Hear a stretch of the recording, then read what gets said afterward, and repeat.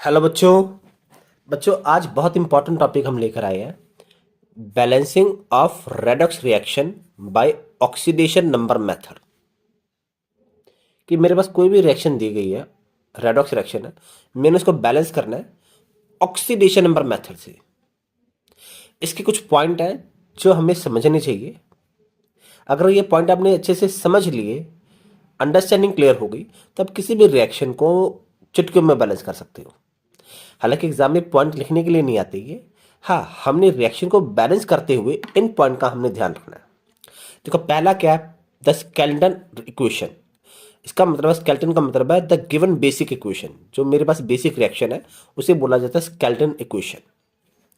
उसके बाद दूसरे स्टेप में हमने क्या करना है, हमने find the oxidation number of elements. जितने भी एलिमेंट है सबका ऑक्सीडेशन नंबर फाइंड करो। पहली वीडियो में हमने सीखा था कि किसी भी एलिमेंट का ऑक्सीडेशन नंबर कैसे निकाला जाता है। तीसरे स्टेप में हमने क्या करना है, आइडेंटिफाई द एटम और species whose oxidation number changes. वो एटम या वो स्पीशीज आइडेंटिफाई करो जिसका ऑक्सीडेशन नंबर चेंज हो रहा है। जिसका चेंज हो रहा है हमने वही आइडेंटिफाई करना है, जिसका चेंज नहीं हो रहा, सेम रह रहा, उसको हमने कुछ नहीं करना, उसको हमने नहीं छेड़ना।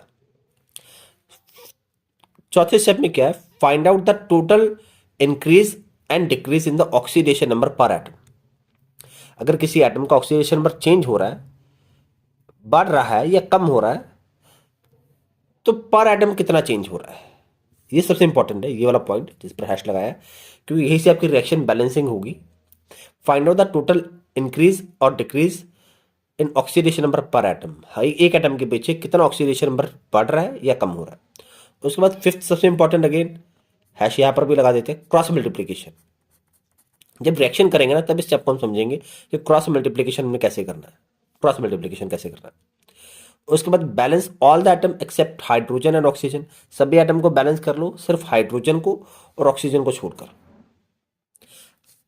Seven step, if reaction is in acidic medium then add H+1 ion to the site deficient in it, but add OH negative ion if the reaction is in basic medium.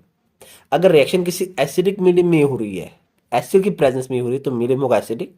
तो वहां पर अगर कहीं पर भी जहां पर हाइड्रोजन कम होंगे, तो दूसरी साइड पर जहां पर हाइड्रोजन कम है, जहां पर हाइड्रोजन कम है वहां पर हम क्या ऐड करेंगे, H+1 आयन को ऐड करेंगे। और अगर रिएक्शन बेसिक मीडियम में हो रही है तो हम क्या ऐड करेंगे, OH नेगेटिव आयन को, हाइड्रोक्साइड आयन को हम ऐड करेंगे। और लास्ट में balance oxygen, to balance oxygen add H2O molecule. अगर कहीं पर ऑक्सीजन कम है तो वहां पर हम उतने नंबर वाटर के ऐड कर देंगे। और लास्ट में मेरे पास एक फाइनलाइज इक्वेशन बनेगी जो बैलेंस होगी बाय ऑक्सीडेशन नंबर मेथड से। तो चलो हम देखते हैं कि किसी रिएक्शन को कैसे बैलेंस कर सकते हैं। आप तब तक जो पॉइंट लिखे इसका स्क्रीनशॉट ले लो। आपकी बुक में भी वैसे पॉइंट गिवन है, स्क्रीनशॉट ले लो या अपलोड कर लो कहीं पर, क्योंकि कोई भी रिएक्शन अगर हमें आएगी बैलेंस करने के लिए तो हम इसी मेथड से करेंगे। तो अपने पेन कॉपी उठा लीजिए।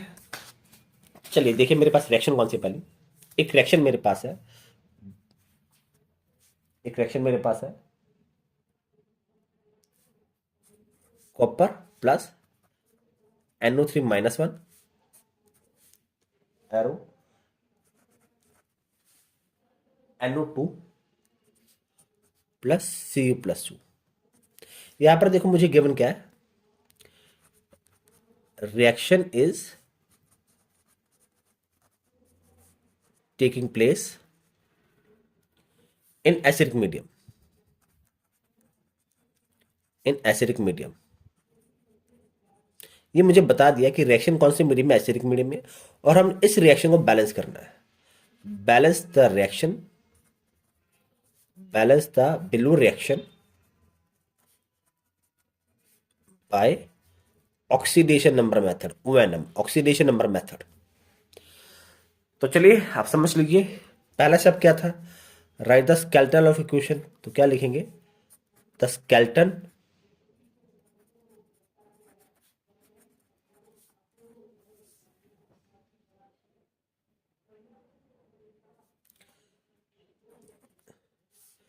पहला स्टेप क्या, द स्केलेटन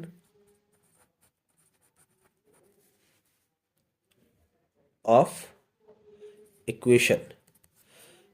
स्केलेटन मतलब बेसिक रिएक्शन, क्या मेरे पास Cu plus NO3 minus one arrow NO2 plus Cu plus 2। Second step में क्या आएगा मेरे पास? सेकेंड स्टेप था find the oxidation number.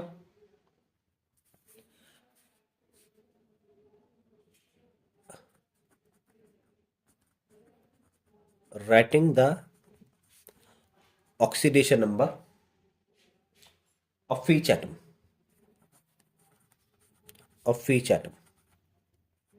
Writing the लिख लिया, find the oxidation number of each atom. Reaction मेरे पास Cu plus NO3 minus one NO2 plus Cu plus 2। देखो ये न्यूट्रल है, अकेला है, ऑक्सीडेशन नंबर 0 आएगा। यहाँ पर नाइट्रोजन का निकालेंगे क्योंकि ऊपर तो माइनस वन का चार्ज है, तो नाइट्रोजन का देखो कैसे निकालेंगे। यहाँ पर नहीं निकालेंगे कि स्पेस थोड़ी कम है। ये देखो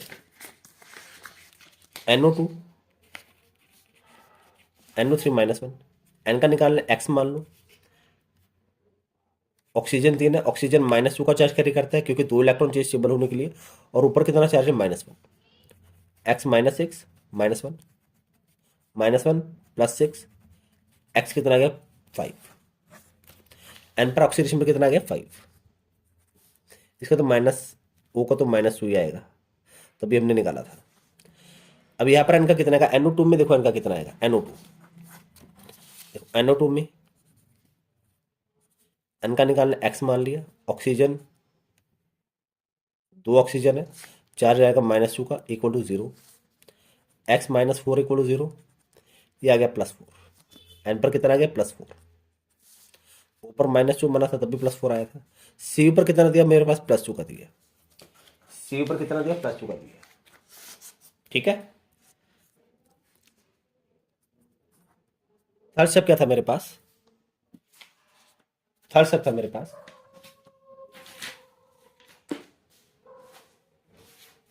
identify the element whose oxidation number change. उस एलिमेंट को आइडेंटिफाई करो जिसका ऑक्सीडेशन नंबर चेंज हो रहा है।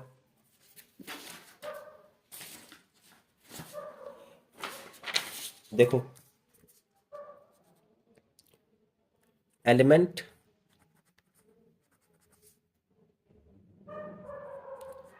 With change in oxidation number. एक कॉपर का चेंज हो रहा था Cu, एक NO3 का था +5, इनका चेंज हो रहा है।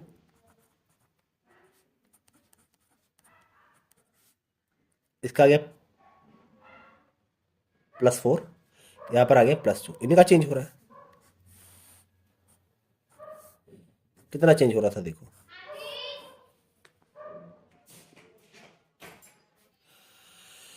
तो ठीक है। देखो element with change in oxidation पर किस किस का चेंज हो रहा है? कॉपर का चेंज हो रहा है, 4 लगा देते, और एक नाइट्रोजन का चेंज हो रहा है। कॉपर का 0 से +4, 4 का डिफरेंस आ रहा है, ऑक्सीडेशन नंबर इंक्रीज बाय 4, और नाइट्रोजन का +5 से कॉपर का 0 से +2 और नाइट्रोजन का +5 से +4। तो यहां पर देखो अच्छे से आपको लिखकर बताते कैसे लिखना। Cu plus NO3 -1 NO2 plus Cu +2, 0 +2। यहां पर देखो oxidation number increases by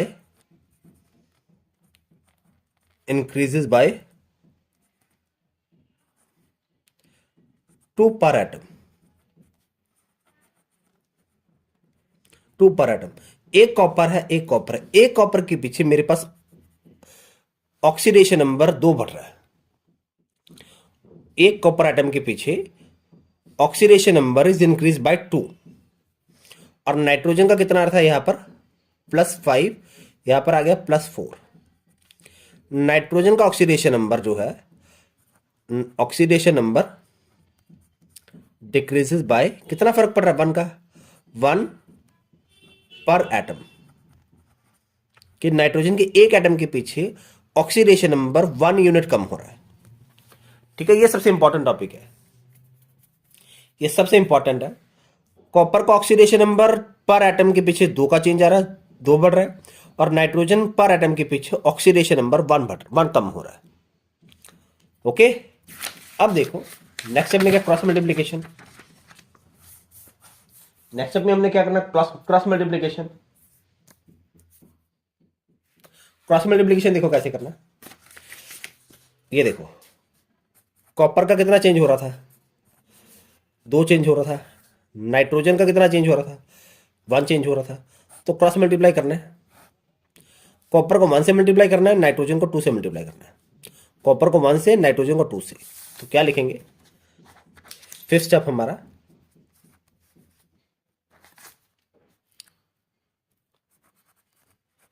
multiply copper by 1 and NO3 - 1 by 2। तो क्या बन जाएगी मेरे पास reaction, Cu plus NO3 - 1 Cu plus 2 plus NO2। Copper को किससे मल्टीप्लाई करना है, 1 से। 1 ऐसा नंबर कभी लिखने की जरूरत पड़ती नहीं हमें, लिखेंगे तो भी ठीक है, नहीं लिखेंगे तो भी ठीक है, तो रहने देते। नाइट्रोजन NO3 को किससे मल्टीप्लाई करना है, 2 से। यहां पर 2 से मल्टीप्लाई कर दो। अब आप बोलोगे सर यहाँ पर तो आपने N लिखा था, यहाँ पर NO3 क्यों लिख दिया? क्योंकि देखो हमने जब मल्टीप्लाई करना है, N के पास तो NO3 भी है ना इस रिएक्शन में, अकेला N थोड़ी है कहीं पर, अकेला N तो कहीं पर भी नहीं है, NO3 साथ में है। तो इसलिए मैंने NO3 को मल्टीप्लाई किया 2 के साथ। ओके, ठीक है।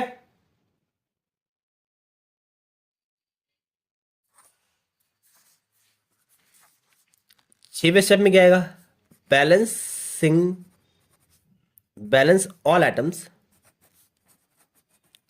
all atoms except hydrogen and oxygen. अब देखो ये देख लो, ये सब कैसे करना है, हमने सभी एलिमेंट को बैलेंस कर देना है हाइड्रोजन और ऑक्सीजन को छोड़कर। देखो यहां पर N कितने हैं, 2, यहां पर 1 है, तो यहां पर भी 2 लगाना पड़ेगा। Cu plus 2NO3 - 1 Cu plus 2 plus 2NO2। N 2 थे ना यहां पर, तो यहां पर भी 2 से मल्टीप्लाई करना पड़ना था मुझे, इसलिए मैंने 2 से भी मल्टीप्लाई कर दिया। ओके, क्लियर है, आगे बढ़िए अब। अच्छा अब देखो अगला स्टेप, देखो क्या है। ऑक्सीजन एक है, सॉरी कॉपर एक है, एक कॉपर है, 2 नाइट्रोजन है, 2 नाइट्रोजन, लेकिन ऑक्सीजन बैलेंस नहीं है। यहां पर 6 ऑक्सीजन है, यहां पर 4 ऑक्सीजन है। ऑक्सीजन को बैलेंस करने के लिए, to balance oxygen atom, oxygen को बैलेंस करने के लिए क्या ऐड करेंगे, H2O। जितने ऑक्सीजन कम है उतने H2O ऐड कर दो, जहां पर कम है वहां पर ऐड कर दो। To balance oxygen atom, add कितने ऑक्सीजन कम थे, यहां पर 6 ऑक्सीजन है, यहां पर 4 ऑक्सीजन है, 2 ऑक्सीजन कम है, ऐड 2 मोल ऑफ H2O। किस साइड पर ऐड करेंगे, राइट साइड पर, to the right side of equation, right side of equation. Copper आ गया प्लस 2NO3 - 1 आ गया, Cu plus 2 plus 2NO2 plus 2H2O। अब देखो रिएक्शन कौन से मीडियम में दी गई थी, रिएक्शन कौन से मीडियम में थी, एसिडिक मीडियम में। और अगर रिएक्शन एसिडिक मीडियम में हो तो हम क्या करते हैं, H+1 आयन। किस साइड पर, जहां पर ये कम है, जहां पर डेफिशिएंट है। कहां पर डेफिशिएंट है, देखो यहां पर हाइड्रोजन आ गया, वाटर में आ गया, लेकिन यहां पर लेफ्ट साइड पर तो, जहां पर रिएक्टेंट वाली साइड है, यहां पर तो हाइड्रोजन है ही नहीं। तो बस लास्ट स्टेप देख लो, रिएक्शन इज, एक वर्ड लगा दो, since reaction is taking place in acidic medium, so add कितने हम हाइड्रोजन आयन ऐड करेंगे, जितने हाइड्रोजन कम है। वाटर में कितने थे हाइड्रोजन, 4 थे, कितने हाइड्रोजन ऐड करेंगे? Add 4H+1 ion, H+1 ion to the side deficient in it,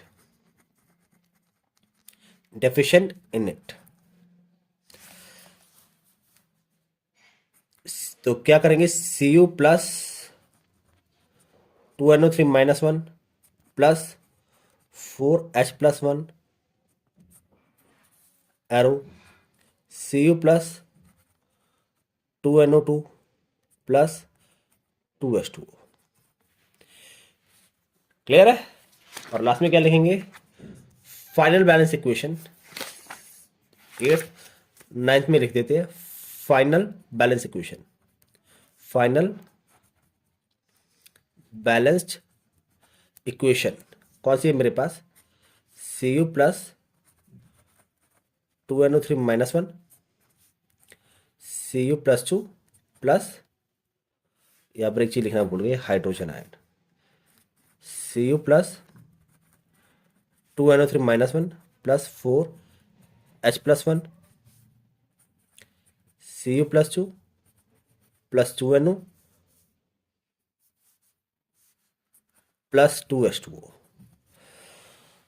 तो बच्चों ये थी मेरी आज की रिएक्शन को जिसको हमने बैलेंस किया ऑक्सीडेशन नंबर मेथड से।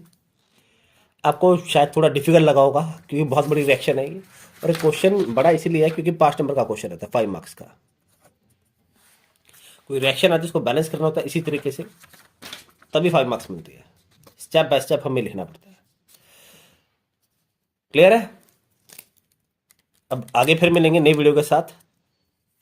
तब तक के लिए गुड बाय, टेक केयर।